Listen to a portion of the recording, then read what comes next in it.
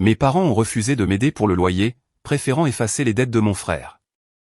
J'ai donc coupé les ponts et réussi seul. Des années après, mon père est entré dans mon entreprise, cherchant à me contacter sans savoir que j'en étais le propriétaire. Je suis Émeric, 28 ans, et j'ai bâti mon empire technologique à partir de rien après que mes propres parents m'aient abandonné financièrement.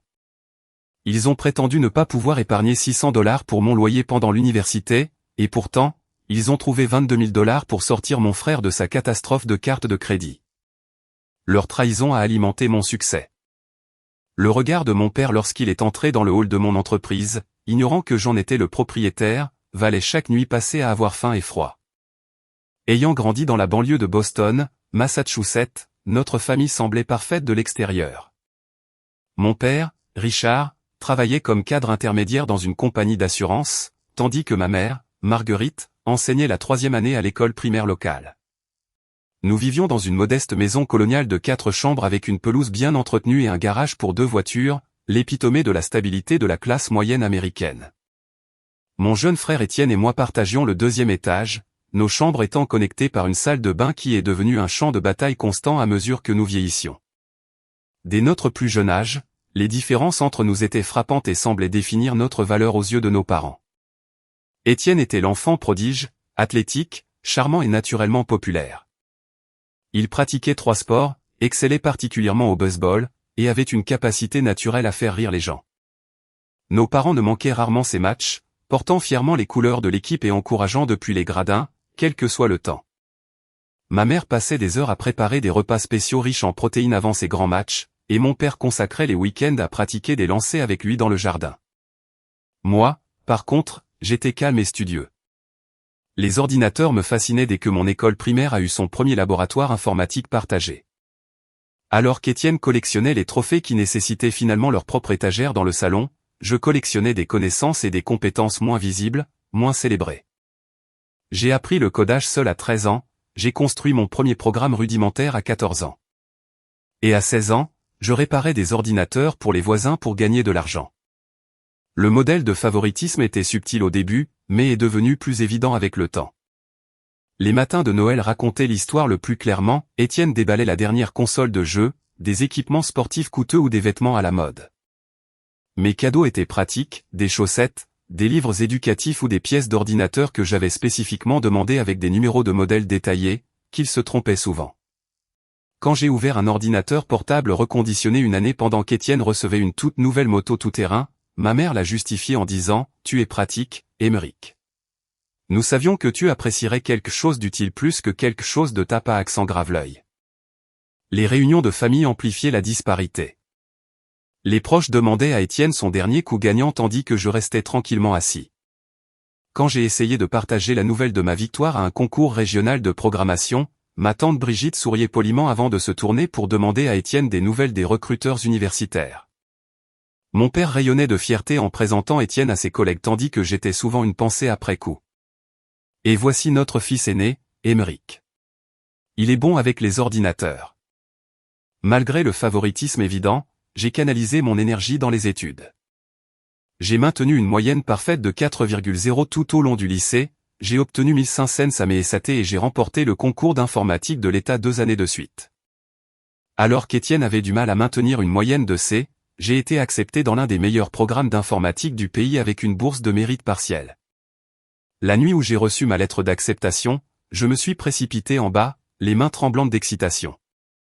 Mes parents regardaient la télévision dans le salon. Je suis accepté, ai-je annoncé en brandissant la lettre.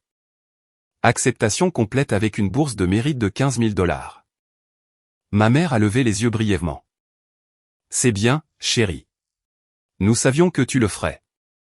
Mon père a hoché la tête. Bon travail. Assure-toi de te renseigner sur les options de travail-études. Le même soir, quand Étienne a fait irruption par la porte, annonçant qu'on lui avait offert une bourse partielle de baseball dans une université d'État à la réputation académique peu remarquable, mes parents ont bondi sur leurs pieds. Ma mère l'a serré fort dans ses bras, les larmes aux yeux, tandis que mon père lui tapait dans le dos, déclarant à plusieurs reprises que nous devions célébrer. Ils ont commandé des pizzas, appelé les grands-parents et ouvert une bouteille de champagne qu'ils gardaient pour une occasion spéciale. Je me suis retiré dans ma chambre, ma lettre d'acceptation toujours en main, le contraste ne m'ayant pas échappé. Mais je me suis dit que cela n'avait pas d'importance. J'allais créer ma propre histoire de succès avec ou sans leur enthousiasme. Je ne savais pas à quel point cette promesse serait littéralement mise à l'épreuve. Mon premier semestre à l'université a été comme respirer de l'air frais après des années d'étouffement. Pour une fois, j'étais entouré de gens qui parlaient ma langue, au sens propre comme au figuré. Mon colocataire Jacques était un brillant étudiant en mathématiques qui appréciait les discussions tardives sur l'efficacité des algorithmes. Mes professeurs reconnaissaient mes capacités et me mettaient au défi en conséquence. Pour la première fois, je me suis senti vraiment vu.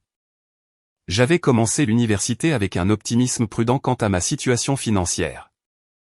Ma bourse couvrait environ 60% de mes frais de scolarité, et j'avais économisé près de $8 000 grâce à mon entreprise de réparation d'ordinateurs au lycée. Mes parents avaient vaguement promis de m'aider quand ils le pouvaient, bien qu'ils ne se soient jamais engagés sur des montants ou des dépenses spécifiques. Nous ne sommes pas faits d'argent, Émeric, me rappela mon père le jour de l'emménagement alors que nous passions devant des familles déchargeant des meubles coûteux et de nouveaux ordinateurs portables. Tu devras être économe. C'était ton choix. J'avais accepté leurs limites et budgétisé soigneusement. Mon appartement était à 20 minutes à pied du campus, assez loin pour être abordable, mais assez proche pour être pratique. Je le partageais avec 2 autres étudiants pour réduire les coûts. Je mangeais simplement, travaillais les week-ends au service d'assistance informatique du campus et évitais les sorties sociales coûteuses qui engloutissaient les comptes bancaires de beaucoup de mes camarades. Tout a changé au cours de mon 3e semestre. L'université a annoncé des réductions budgétaires dues à des pertes de dotation et ma bourse a été réduite de 30%. Cela représentait $4 000 supplémentaires par semestre que je n'avais pas prévu. J'avais déjà épuisé la plupart de mes économies pour couvrir les livres, les fournitures et les frais de subsistance. Après avoir regardé mon compte bancaire pendant des heures, calculant et recalculant des scénarios possibles, j'ai ravalé ma fierté et j'ai appelé la maison. C'était un dimanche soir, et je savais que mes 2 parents seraient là. « Salut, maman », ai-je commencé en essayant de garder ma voix stable. J'ai un petit problème avec ma bourse. J'ai expliqué les coupes et ma situation financière. J'ai examiné toutes les options, ai-je continué. J'ai postulé à des bourses supplémentaires et j'ai pris plus d'heures de travail, mais je suis toujours à court. J'ai besoin d'environ $600 par mois pour le loyer jusqu'à ce que je trouve une meilleure solution. Pourriez-vous et papa m'aider? Juste temporairement. Le silence à l'autre bout du fil s'est étiré inconfortablement avant que ma mère ne réponde. « Oh, Émeric, c'est un très mauvais timing. Ton père et moi sommes vraiment à court d'argent en ce moment. Le toit avait besoin de réparation et nous avons dû aider ta grand-mère avec ses frais de médicaments. » Mon père a pris le téléphone. « Fils, nous n'avons pas d'argent supplémentaire qui traîne. Tu es intelligent. Tu trouveras quelque chose. Peut-être prendre un semestre de congé pour travailler à temps plein ou trouver un endroit moins cher. » J'ai raccroché le téléphone avec un sentiment de vide. Prendre un semestre de congé signifierait perdre ma bourse restante et probablement ma place dans le programme compétitif. Déménager dans un endroit moins cher en plein semestre nécessiterait de rompre mon bail, de payer des pénalités que je ne pouvais pas me permettre et de déménager probablement beaucoup plus loin du campus. Ce qui a suivi furent les mois les plus difficiles de ma vie. J'ai pris un 2e emploi pour ranger les étagères dans une épicerie de 22h à 2h du matin, puis un 3e pour livrer des journaux avant l'aube. Je dormais par fragments de 3 heures entre le travail, les cours et les devoirs. Je survivais avec des nouilles ramen, l'option calorique la moins chère disponible, complétée par du café gratuit du laboratoire informatique. Je marchais partout pour économiser le prix du bus, même sous la neige amère de janvier, car chaque dollar comptait. Mon appartement était perpétuellement froid parce que je maintenais le thermostat à 13 degrés Celsius pour minimiser les charges. J'étudiais enveloppé dans toutes les couvertures que je possédais, portant des gants avec les bouts des doigts coupés pour pouvoir encore taper. Une semaine particulièrement brutale, j'ai rationné ma nourriture si sévèrement que j'ai eu des vertiges lors d'un laboratoire de programmation. La professeure Duval l'a remarqué et m'a discrètement apporté un sandwich du salon des professeurs. « Vous êtes l'un de mes étudiants les plus prometteurs, Émeric, dit-elle doucement. Mais vous semblez sur le point de vous effondrer. Tout va bien ? » Je lui ai donné une version édulcorée de ma situation, trop fière pour révéler la profondeur de mes difficultés. Elle a écouté attentivement avant de me suggérer de postuler au programme de subvention d'urgence du département. cette subvention de $500 m'a permis de manger correctement pour le reste du semestre. Malgré tout, j'ai maintenu ma moyenne et j'ai même développé une simple application mobile qui m'a rapporté quelques centaines de dollars de revenus mensuels. Ce n'était pas beaucoup, mais cela a créé une petite marge de sécurité sur mon compte bancaire pour la première fois depuis des mois. Ce Thanksgiving-là, épuisé mais fier de ma résilience, j'ai ramené ma vieille Honda Civic à Boston pour le week-end des vacances. La voiture a à peine fait le trajet, le chauffage est tombé en panne 2 heures après le départ, me forçant à m'arrêter toutes les heures pour me réchauffer les mains dans les micro-ondes des stations-service. Je suis arrivé à la maison et j'ai trouvé une toute nouvelle Ford Mustang rutilante dans notre allée. Mon frère est sorti de la maison alors que je sortais mon sac de voyage de mon coffre. « Tu aimes ?» Étienne a souri, désignant la voiture. Cadeau de fin d'études anticipées de maman et papa. Ils ont fait une super affaire chez l'ami de papa au concessionnaire. J'ai fixé le véhicule, sa peinture métallique reflétant le soleil de l'après-midi, essayant de comprendre comment mes parents pouvaient se permettre une voiture de $30 000 tout en prétendant ne pas pouvoir épargner $600 par mois pour me garder. Quelque chose en moi s'est brisé, mais j'ai forcé un sourire et félicité mon frère. Ce n'était pas sa faute si nos parents avaient des critères si différents pour leur fils. Ce week-end-là, j'ai remarqué d'autres signes de confort financier qui contredisaient les affirmations de mes parents selon lesquelles ils étaient à court d'argent. Nouveaux meubles dans le salon, la nouvelle tablette de ma mère, des clubs de golf appuyés dans un coin du garage. Chaque observation était une nouvelle petite entaille à ma confiance déjà blessée.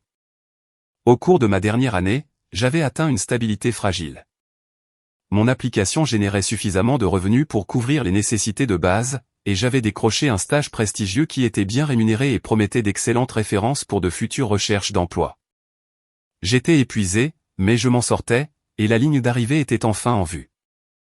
J'avais largement accepté l'incapacité ou le manque de volonté de mes parents à m'aider financièrement, le classant comme une réalité douloureuse, mais que je ne pouvais pas changer. Les vacances de Noël sont arrivées avec une forte tempête de neige qui a failli m'empêcher de rentrer chez moi. L'idée n'était pas entièrement désagréable. Une partie de moi aurait préféré rester dans mon appartement à coder dans une solitude paisible plutôt que de naviguer dans le champ de mine émotionnel des réunions de famille. Mais une partie obstinée de moi aspirait toujours à cette expérience normale de Noël en famille. Espérait toujours une véritable connexion avec les personnes qui m'avaient élevé. La maison était décorée pour les fêtes à mon arrivée, un feu crépitait dans la cheminée et l'odeur des biscuits au sucre de ma mère remplissait l'air.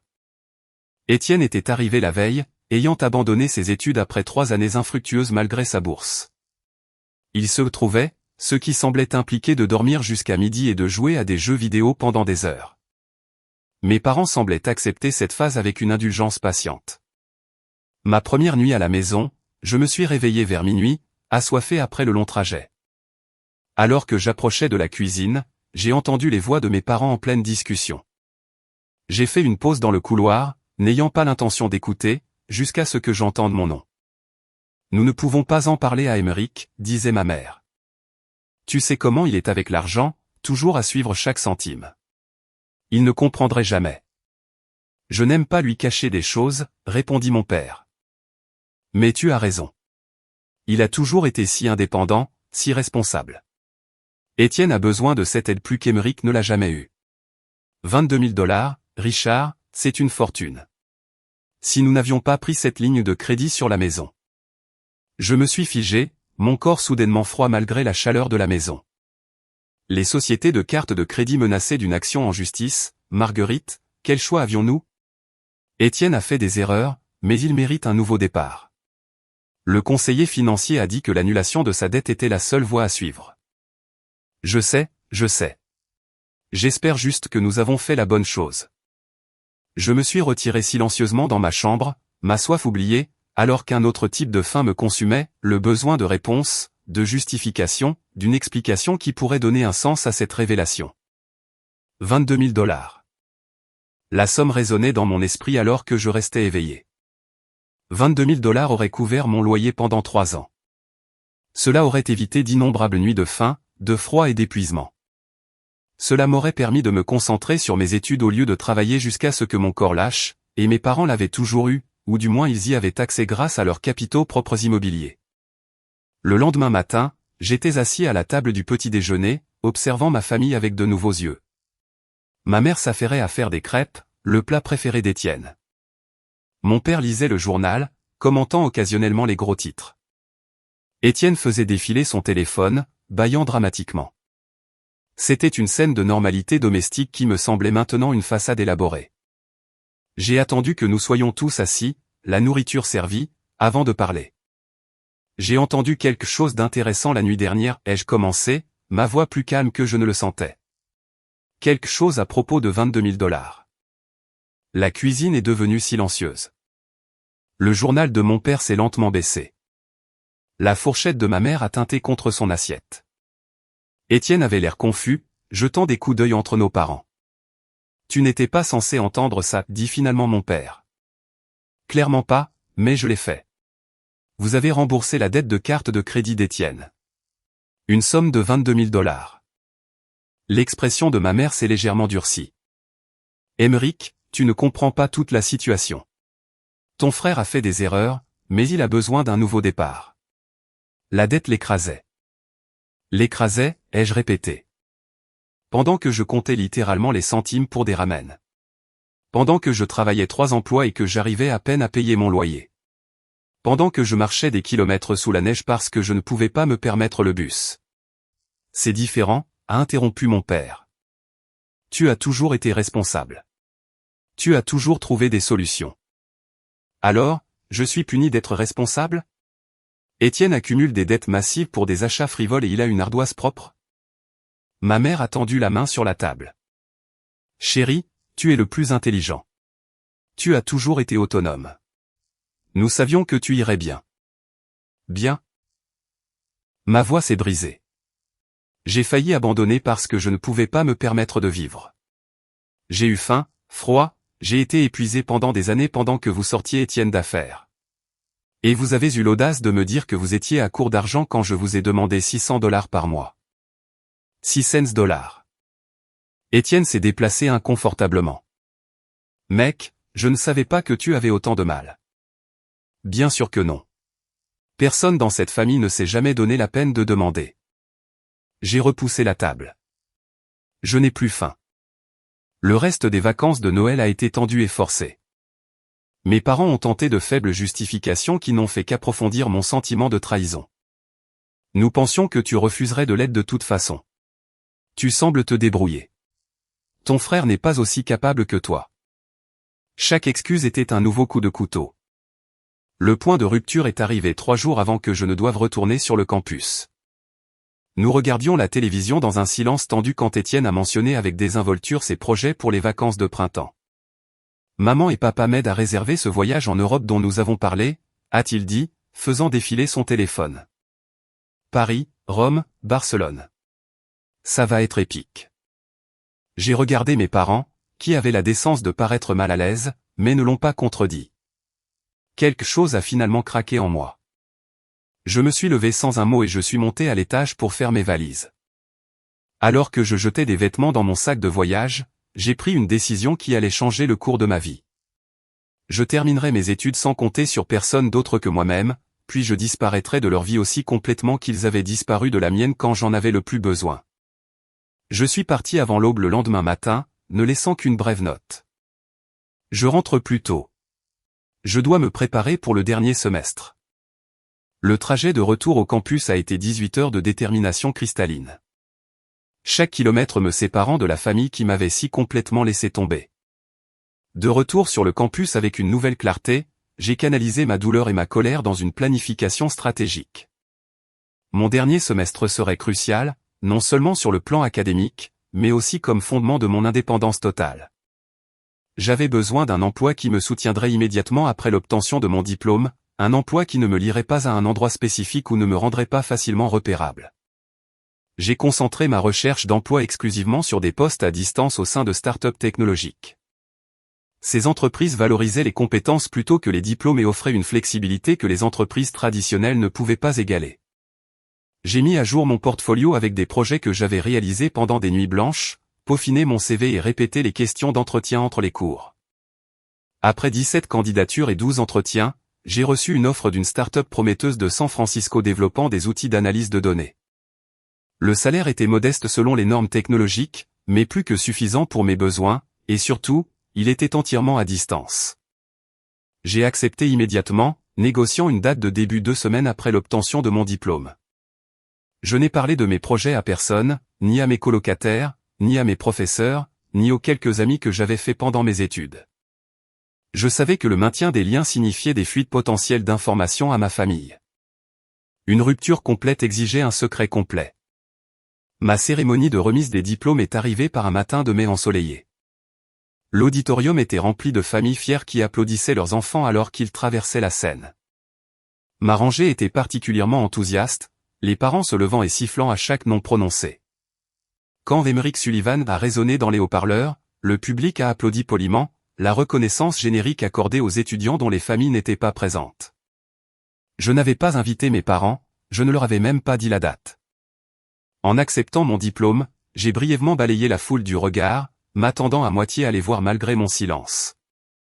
Ils n'étaient pas là, confirmant ce que je savais déjà. La rupture était mutuelle. Après la cérémonie, je suis retourné à mon appartement pour la dernière fois. J'avais déjà trié mes biens en 3 catégories, les nécessités à garder, les articles à vendre et les choses à donner. Ma vie tenait dans 4 cartons et 2 valises.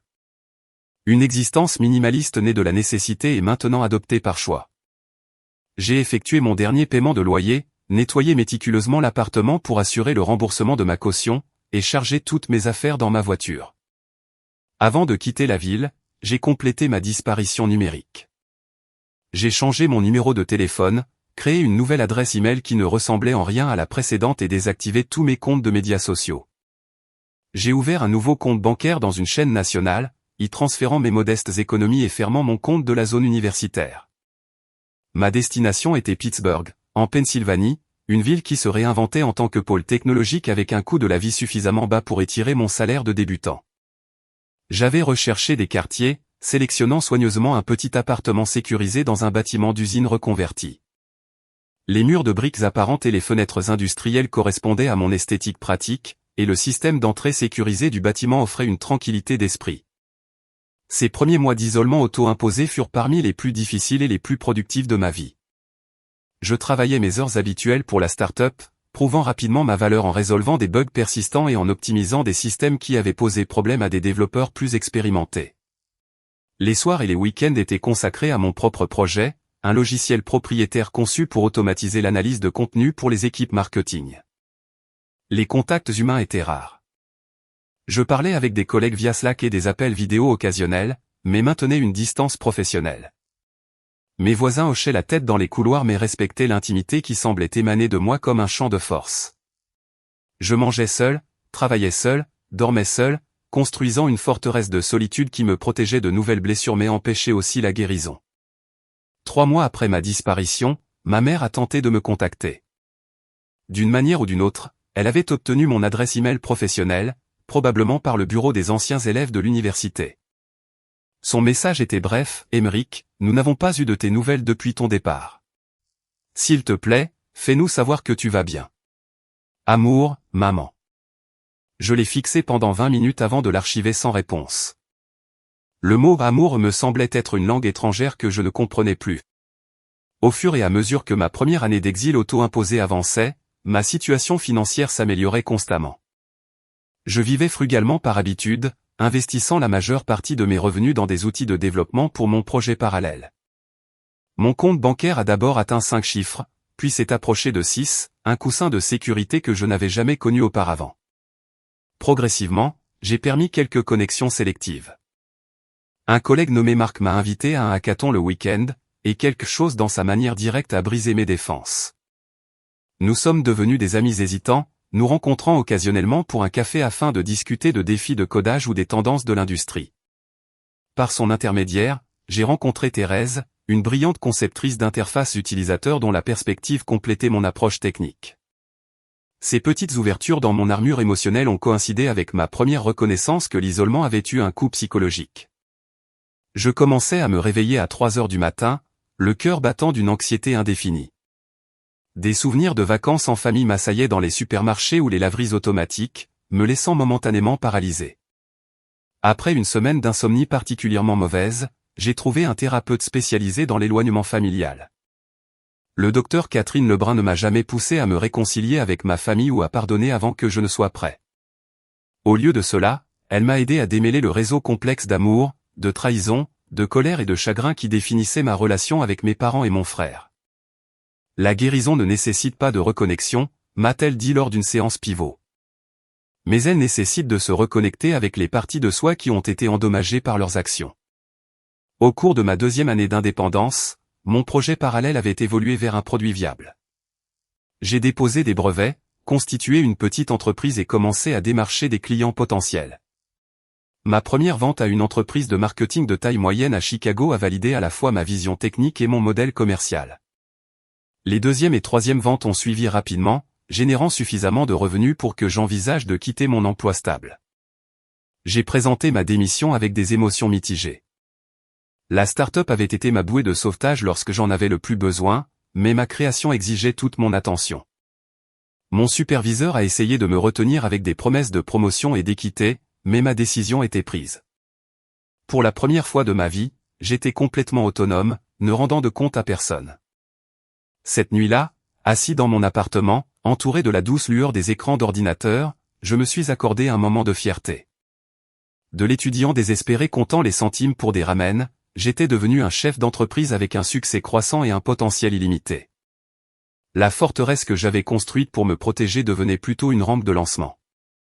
2 ans après l'obtention de mon diplôme, ma première entreprise générant des revenus stables, j'ai pris la décision d'étendre mes opérations. Mon logiciel d'analyse de contenu avait trouvé sa niche de marché, attirant des clients allant de petites agences de marketing à des multinationales.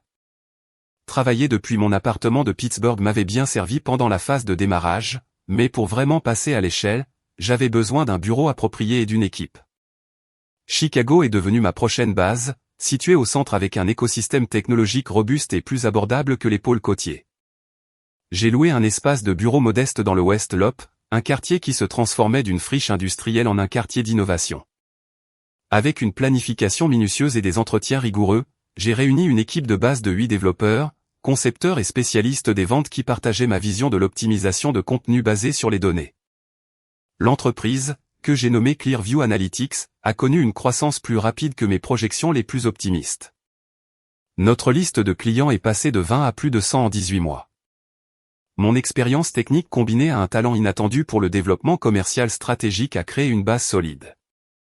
À la fin de notre 2e année à Chicago, nous avions atteint 50 employés et déménagé dans de plus grands bureaux avec vue sur la rivière Chicago.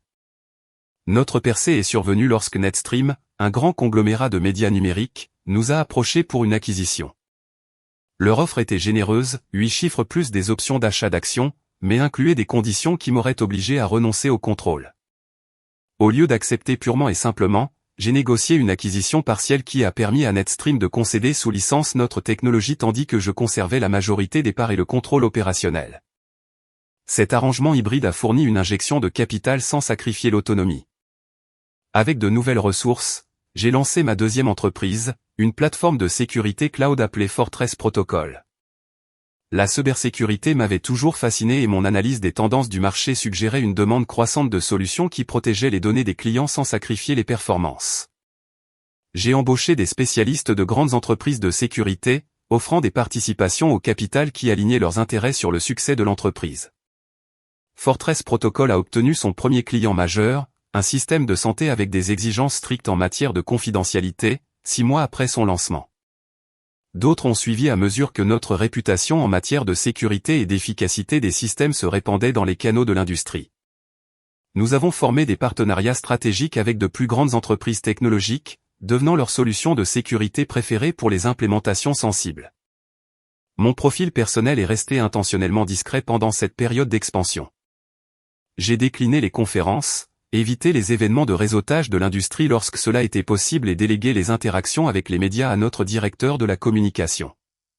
Lorsque le magazine Technology Innovator a demandé une interview pour leur rubrique fondateur à surveiller, j'ai accepté seulement s'ils utilisaient uniquement mon prénom et aucune photographie. L'article qui en a résulté me décrivait comme l'énigmatique Emmerich, dont la brillance n'était égalée que par sa réclusion. Cet anonymat partiel a servi à des fins personnelles et professionnelles. Il m'a protégé d'un éventuel contact familial tout en créant une aura de mystère qui, ironiquement, a accru l'intérêt pour mes entreprises. Les investisseurs et partenaires potentiels étaient intrigués par le fondateur qui laissait son travail parler de lui-même plutôt que de rechercher les projecteurs. Ma richesse personnelle a augmenté de façon exponentielle à mesure que les deux entreprises prospéraient. J'ai acheté un penthouse dans le quartier de Gold Coast à Chicago, un sanctuaire de verre et d'acier avec des vues panoramiques sur le lac. L'espace était minimaliste mais luxueux, doté d'une technologie de maison intelligente que j'avais personnalisée moi-même et d'un bureau qui rivalisait avec la plupart des sièges sociaux. Malgré mon succès financier, je vivais relativement modestement par rapport à d'autres entrepreneurs technologiques de mon niveau. Je conduisais un véhicule électrique haut de gamme, mais pas une voiture de sport ostentatoire. Je dînais dans d'excellents restaurants, mais évitais les établissements branchés prisés par ceux qui cherchaient à se faire remarquer. Mes rares indulgences étaient technologiques, les derniers outils de développement, des ordinateurs sur mesure et des prototypes d'appareils de sociétés technologiques émergentes. 5 ans après l'obtention de mon diplôme et ma disparition, j'étais passé d'étudiant en difficulté à multimillionnaire. Je détenais des participations dans des dizaines d'entreprises à travers le pays, ayant étendu mon portefeuille d'investissement pour inclure des startups prometteuses dans des domaines allant de la biotechnologie à l'énergie durable. Ma société de portefeuille, Sullivan Innovation, était devenue un nom respecté dans les milieux du capital risque, connu pour sa diligence raisonnable approfondie et ses conditions favorables aux fondateurs. Tout au long de cette période de croissance extraordinaire, j'ai maintenu ma forteresse numérique. Mes informations publiques se limitaient à ce qui était légalement requis pour les opérations commerciales. J'utilisais différentes adresses électroniques à des fins différentes, changeais régulièrement de numéro de téléphone et employais un service de courrier privé pour gérer la correspondance. Je n'avais aucune présence active sur les réseaux sociaux sous mon vrai nom et utilisais des plateformes de messagerie sécurisées pour toutes les communications sensibles. Cette barrière soigneusement construite entre mon succès actuel et les blessures passées est restée intacte jusqu'à ce qu'une opportunité commerciale se présente qui allait mettre à l'épreuve ses fondations. Une entreprise de services informatiques de taille moyenne basée dans ma ville natale de Boston était en difficulté financière malgré des offres techniques solides. Sa liste de clients comprenait plusieurs gouvernements municipaux et institutions éducatives, des contrats stables qui pourraient fournir des revenus récurrents avec une gestion appropriée.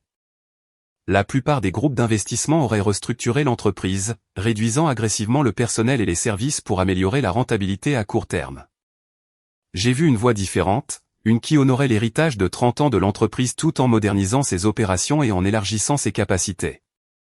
J'ai fait une offre par l'intermédiaire de Sullivan Innovation, en conservant délibérément le nom existant de l'entreprise, Bradford Technology Services, et en maintenant la plupart du personnel. L'acquisition s'est déroulée discrètement, avec une publicité minimale au-delà des informations financières requises. J'ai installé un lieutenant de confiance en tant que directeur sur place tout en surveillant les opérations à distance. Pendant 8 mois, cet arrangement a fonctionné parfaitement, les performances de Bradford s'améliorant régulièrement sous la nouvelle direction. Puis vint l'examen trimestriel qui exigerait ma présence personnelle. Alors que je réservais mon vol pour Boston, j'ai ressenti une tension inhabituelle dans ma poitrine, une anxiété à l'idée de retourner dans la ville où ma famille vivait encore. Toujours inconsciente du succès que j'avais bâti à partir de leur rejet. Le bâtiment de Bradford Technology Services se dressait à la périphérie du quartier financier de Boston, une modeste structure de 12 étages avec un hall récemment rénové. Je suis arrivé tôt pour mes réunions prévues, souhaitant observer les opérations sans la formalité d'une visite annoncée. Vêtu d'un costume bleu marine sur mesure qui reflétait ma position, mais ne devait pas attirer une attention excessive, je suis entré par les portes principales plutôt que par l'entrée exécutive. La zone de réception était lumineuse et professionnelle, avec le logo bleu et argent de l'entreprise bien en évidence derrière un comptoir incurvé. 2 réceptionnistes géraient un flux constant de visiteurs et d'appels. Je me suis tenu en retrait, observant l'efficacité de leur flux de travail et l'ambiance générale. Les employés se saluaient respectueusement en passant par les tourniquets de sécurité, suggérant une culture collégiale que j'étais heureux de voir avoir survécu à l'acquisition. Alors que j'attendais le moment opportun pour m'approcher du comptoir de réception, les portes principales se sont de nouveau ouvertes. Un homme aux cheveux gris d'une 60aine d'années est entré, sa posture légèrement voûtée, mais toujours reconnaissable. Mon père. Le temps a semblé ralentir alors que mon cerveau traitait cette coïncidence impossible. Il avait considérablement vieilli au cours des 5 années depuis la dernière fois que je l'avais vu. Des rides profondes encadraient sa bouche et ses yeux, et ses cheveux autrefois foncés étaient maintenant presque entièrement argentés. Il portait un costume qui lui avait autrefois bien été, mais qui pendait maintenant légèrement lâche sur sa silhouette.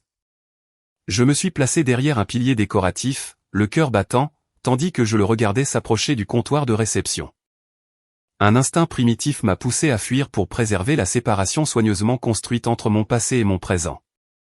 Mais une impulsion plus forte m'a maintenu en place, le besoin de comprendre pourquoi il était là, dans ce bâtiment, ce matin-là. « Bonjour », dit-il à la jeune réceptionniste. « J'espère que vous pourrez m'aider avec quelque chose. »« Bien sûr, monsieur. Comment puis-je vous aider aujourd'hui ?» Sa voix était professionnellement agréable.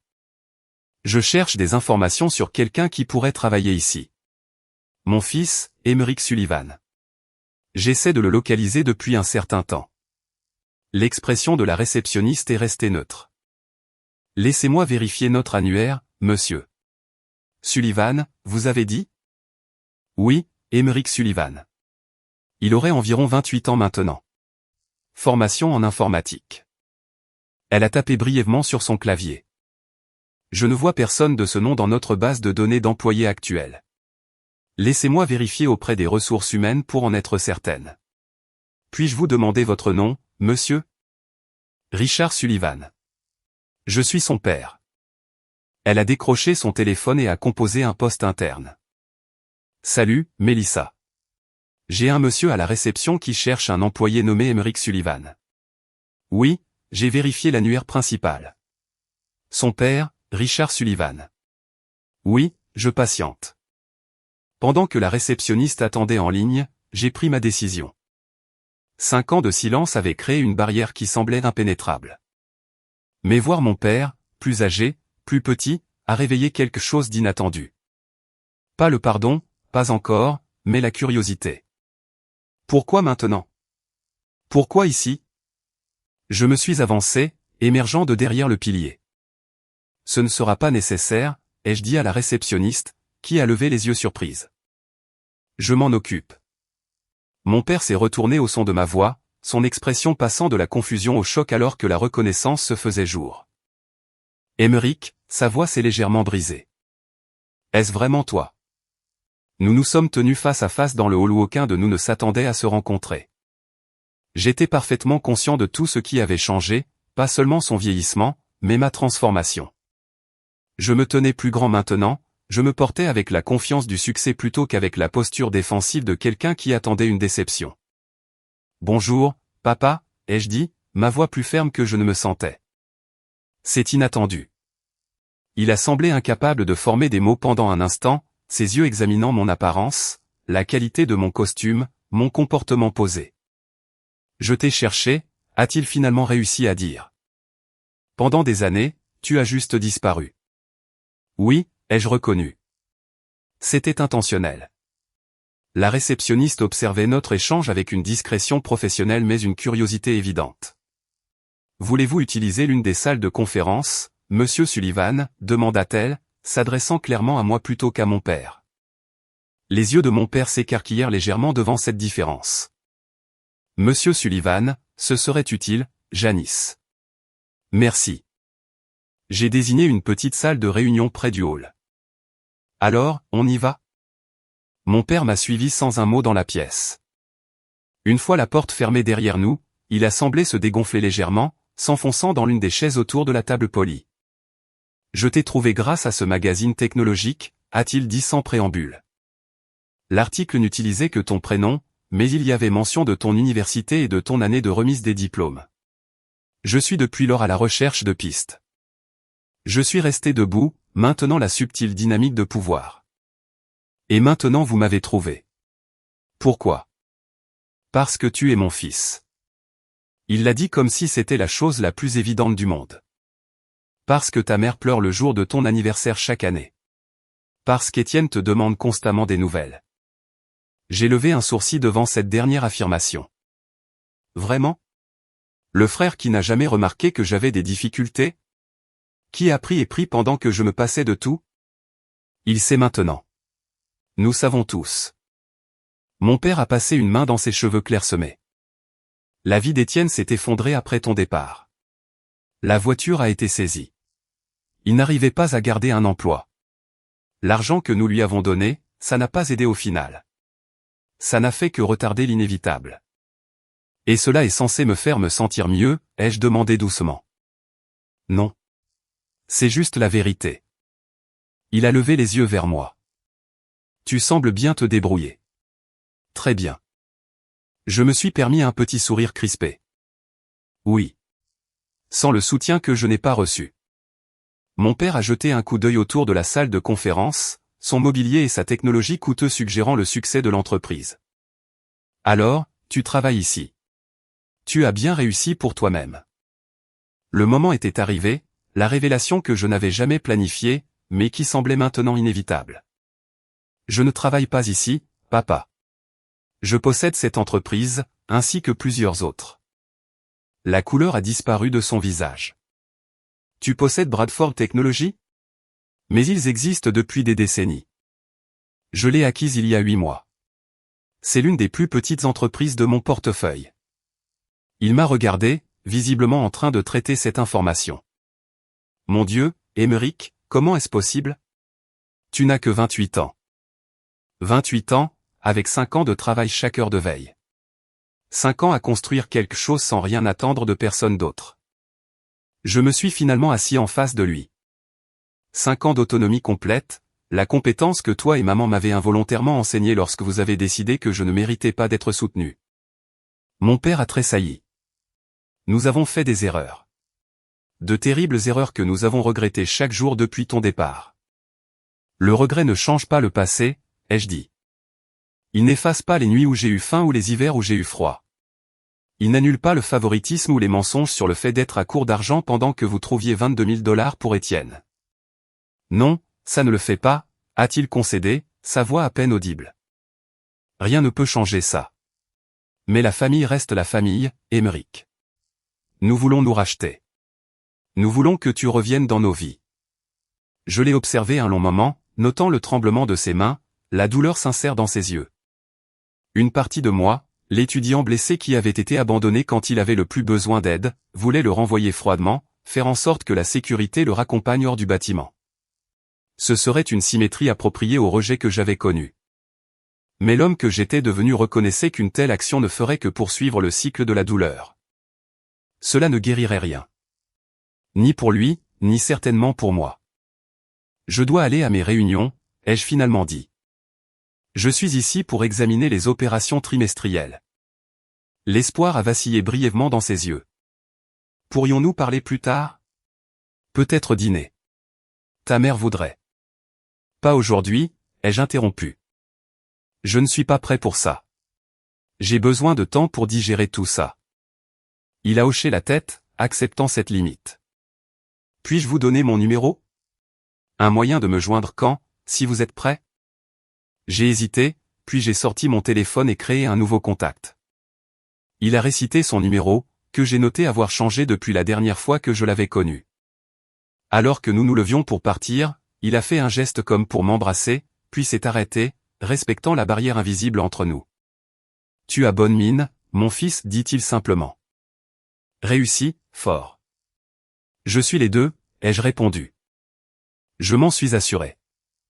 J'ai appelé le chef de la sécurité depuis le téléphone de la salle de conférence et lui ai demandé de raccompagner mon père. Alors qu'il partait, j'ai regardé à travers la paroi vitrée mon père s'éloigner, ses épaules légèrement plus droites que lorsqu'il était arrivé, comme si un fardeau avait été fractionnellement allégé. Je suis resté seul dans la salle de conférence, mon examen trimestriel soigneusement planifié et oublié, alors que j'absorbais le changement sismique qui venait de se produire dans ma vie méticuleusement construite. Dans les semaines qui ont suivi la rencontre inattendue avec mon père, je me suis retrouvé dans un état d'agitation que je n'avais pas connu depuis mes premiers jours d'indépendance. La satisfaction que j'avais initialement ressentie en voyant le choc de mon père face à mon succès, révélant ma propriété de l'entreprise qu'il avait approchée en suppliant, s'est rapidement estompée, laissant un vide que je ne pouvais pas tout à fait identifier. Mon assistante exécutive a remarqué ma distraction pendant les réunions. Mon équipe de Chicago a commenté mon silence inhabituel lors des visioconférences.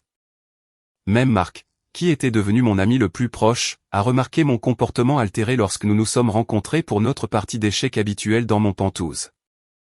Tu étais ailleurs pendant des semaines, a-t-il observé, capturant mon fou d'un mouvement précis que j'aurais dû anticiper. Quoi que ce soit, cela affecte ton jeu. Et te connaissant, probablement ton sommeil aussi. J'ai partagé les grandes lignes de la rencontre, m'attendant à la validation de ma juste distance que la plupart des amis offrent dans de telles situations. Au lieu de cela, Marc m'a surpris par sa réponse. 5 ans, c'est long pour porter de la colère, Émeric. Je ne dis pas que ce n'est pas justifié à l'époque, mais à un moment donné, tu dois te demander à qui cette colère sert maintenant.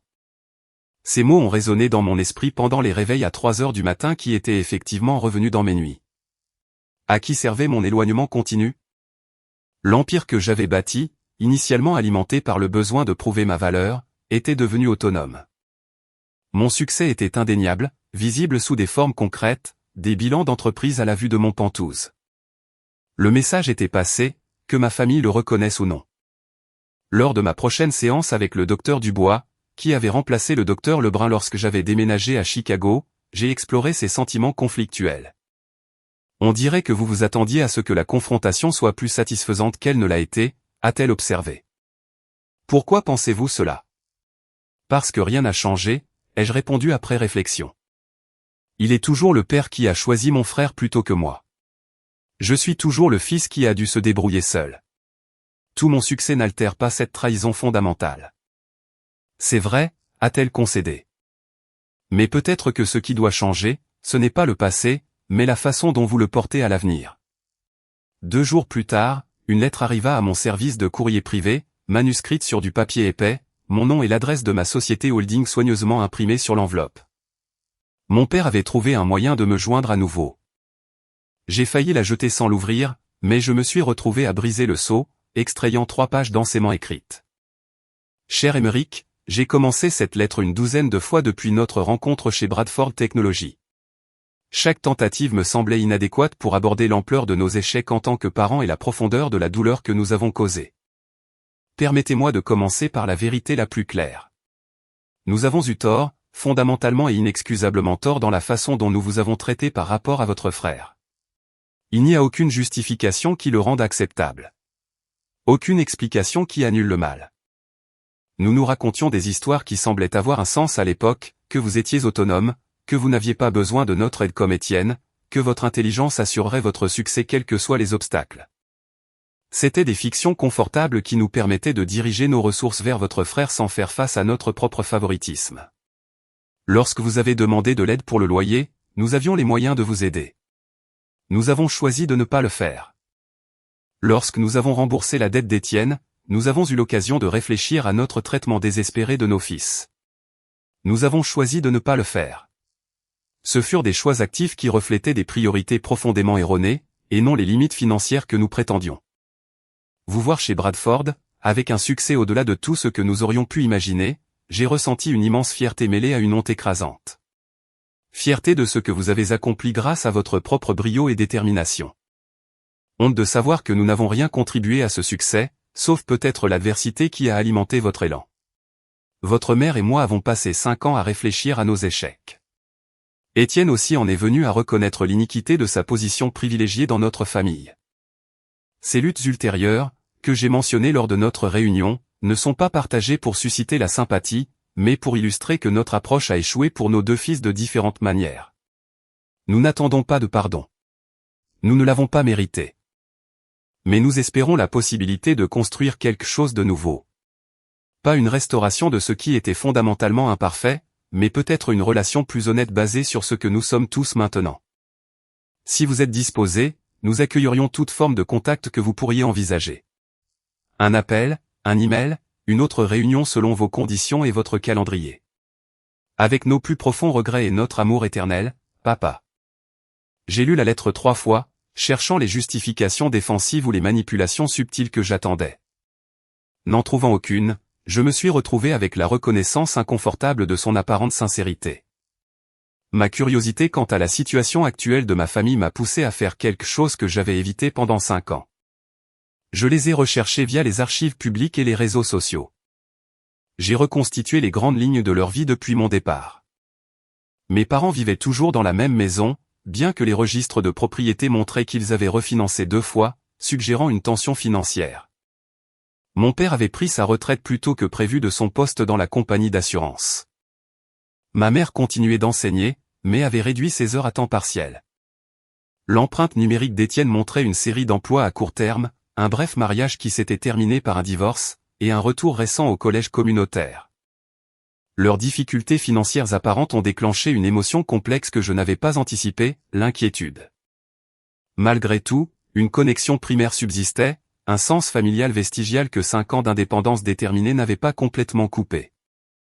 Après 2 semaines de délibération, j'ai envoyé un bref email à l'adresse que mon père avait incluse dans sa lettre, suggérant un café dans un lieu neutre, un café près du Boston Public Garden. J'ai précisé 1 heure 3 semaines plus tard, me donnant la possibilité de reconsidérer. Le matin de notre rencontre prévue, je me suis habillé soigneusement de vêtements décontractés plutôt que de ma tenue de travail habituelle, un jean et un pull qui ne révélaient rien de ma situation financière. Je suis arrivé en avance, choisissant une table de coin qui offrait une intimité tout en me permettant d'observer l'entrée. Mes parents sont arrivés ensemble 5 minutes avant l'heure convenue. Ils se déplaçaient plus lentement que dans mes souvenirs, ma mère s'appuyant légèrement sur le bras de mon père alors qu'il naviguait entre les tables. Ils ne m'avaient pas encore vu, et j'ai eu un moment pour les observer sans être remarqué, les cheveux plus gris de ma mère, les lunettes de lecture suspendues à une chaîne autour de son cou, la façon prudente dont mon père balayait la pièce du regard. Lorsque nos regards se sont croisés, la main de ma mère s'est portée à sa bouche, des larmes montant immédiatement. Mon père l'a doucement guidée vers l'avant, son propre visage, un mélange d'espoir et d'appréhension. La conversation qui a suivi ne ressemblait à aucune autre que nous ayons jamais eue, brute, honnête, douloureuse, mais finalement productive. Ils ont reconnu le favoritisme qui avait défini notre dynamique familiale, n'ont offert aucune excuse pour leurs échecs et ont exprimé un remords sincère qui semblait aller au-delà de la culpabilité pour atteindre une véritable compréhension du mal causé. Nous n'attendons pas de vous que vous oubliez ce qui s'est passé, a dit ma mère à un moment donné, sa voix ferme malgré ses larmes. Nous espérons juste que vous pourriez envisager de nous accorder une petite place dans votre vie à l'avenir. À vos conditions, a ajouté mon père rapidement, quelles que soient les limites dont vous avez besoin. Je n'ai fait aucune promesse ce jour-là, mais je n'ai pas non plus fermé la porte. Nous avons convenu de procéder lentement, avec des attentes claires et des limites définies. Je ne rejoignais pas les vacances familiales ou les dîners hebdomadaires, mais j'accepterais une communication occasionnelle et envisagerais d'autres réunions en fonction de l'évolution des choses. Alors que je reconstruisais cette connexion prudente avec mes parents, je me suis retrouvé à réfléchir au chemin qui m'avait mené à ce point. L'étudiant désespéré comptant les centimes pour des ramen était devenu un entrepreneur à succès avec des ressources au-delà de tout ce qu'il aurait pu imaginer. La douleur et la colère qui avaient alimenté ma motivation initiale avaient servi leur but, mais étaient devenus un bagage de plus en plus lourd à porter. 6 mois après cette première rencontre autour d'un café, j'ai créé le Sullivan Opportunity Fund, un programme de bourse spécialement conçu pour les étudiants confrontés à des difficultés financières pendant leurs études. Le processus de candidature était simple, se concentrant sur le besoin plutôt que sur les réalisations académiques. Et le soutien couvrait non seulement les frais de scolarité, mais aussi les frais de subsistance, garantissant que les bénéficiaires puissent se concentrer sur leurs études sans le stress écrasant que j'avais connu. J'ai trouvé un accomplissement inattendu en lisant les candidatures et les histoires personnelles d'étudiants qui me rappelaient mon jeune moi. Chaque trimestre, je notifiais personnellement les bénéficiaires sélectionnés, me souvenant du soulagement que j'avais ressenti lorsque la professeure Duval m'avait obtenu cette subvention d'urgence des années auparavant. Ma relation avec ma famille a continué d'évoluer avec prudence. Nous avons établi un appel vidéo mensuel, structuré et limité dans le temps au début, devenant progressivement plus naturel. J'ai rencontré Étienne séparément, le trouvant humble par ses expériences et véritablement repentant de son rôle dans le dysfonctionnement de notre famille. J'étais inconscient, a-t-il admis lors de notre première rencontre. J'ai tout pris pour acquis pendant que tu luttais. Je suis désolé, mec. Vraiment désolé. Le Noël suivant, 6 ans après avoir quitté ma famille, j'ai accepté une invitation à dîner chez mes parents. Ce n'était ni la performance étrange de mon enfance, ni une restauration magique de ce qui n'avait jamais vraiment existé. Au lieu de cela, c'était quelque chose de nouveau, de provisoire, d'imparfait, mais d'honnête. Tout au long de cette reconnexion progressive, j'ai maintenu les limites qui protégeaient mon bien-être. J'ai partagé des informations sélectives sur mon succès commercial, mais j'ai gardé de nombreux détails privés. J'ai limité la fréquence et la durée des contacts. J'ai poursuivi mes séances de thérapie, traitant chaque interaction et m'assurant de ne pas retomber dans d'anciens schémas malsains de recherche d'approbation ou d'acceptation. Plus important encore, j'ai reconnu que si les liens familiaux pouvaient améliorer ma vie, ils ne la définissaient plus. J'avais bâti une famille choisie d'amis fidèles, de collègues de confiance et de mentors qui m'appréciaient pour ce que j'étais exactement. Mon sentiment de valeur ne dépendait plus de la validation externe, parentale ou autre. L'empire que j'avais bâti continuait de prospérer et de s'étendre, mais ma perspective sur son but évoluait. Ce qui avait commencé comme un moyen de prouver ma valeur est devenu une plateforme pour créer un impact positif. J'ai mis en place des avantages sociaux généreux pour les employés, j'ai priorisé des pratiques commerciales éthiques et j'ai alloué des ressources importantes à des initiatives éducatives et à des programmes d'accès à la technologie pour les communautés mal desservies. En repensant à l'étudiant désespéré que j'étais autrefois, je reconnais à la fois sa douleur et sa résilience. Le chemin parcouru depuis ce point jusqu'à mon succès actuel m'a enseigné des leçons qu'aucun cours universitaire n'aurait pu fournir sur l'autonomie, sur la différence entre le pardon et l'oubli, sur le pouvoir de rediriger la douleur vers une action utile plutôt que vers la destruction. La réalisation la plus profonde fut que le vrai succès ne se mesure pas par les comptes bancaires ou les acquisitions d'entreprises, mais par la liberté de définir son propre chemin. Pour moi, cela signifiait créer une vie de but, m'entourer de véritables connexions, et finalement trouver la force de m'engager avec mon passé sans être contrôlé par lui. Si vous lisez ceci et que vous êtes aux prises avec des blessures familiales, sachez que votre chemin vers la guérison est uniquement le vôtre. Certaines relations peuvent être soigneusement reconstruites avec des limites appropriées. D'autres sont mieux laissées derrière soi. La relation la plus importante à réparer est celle avec soi-même.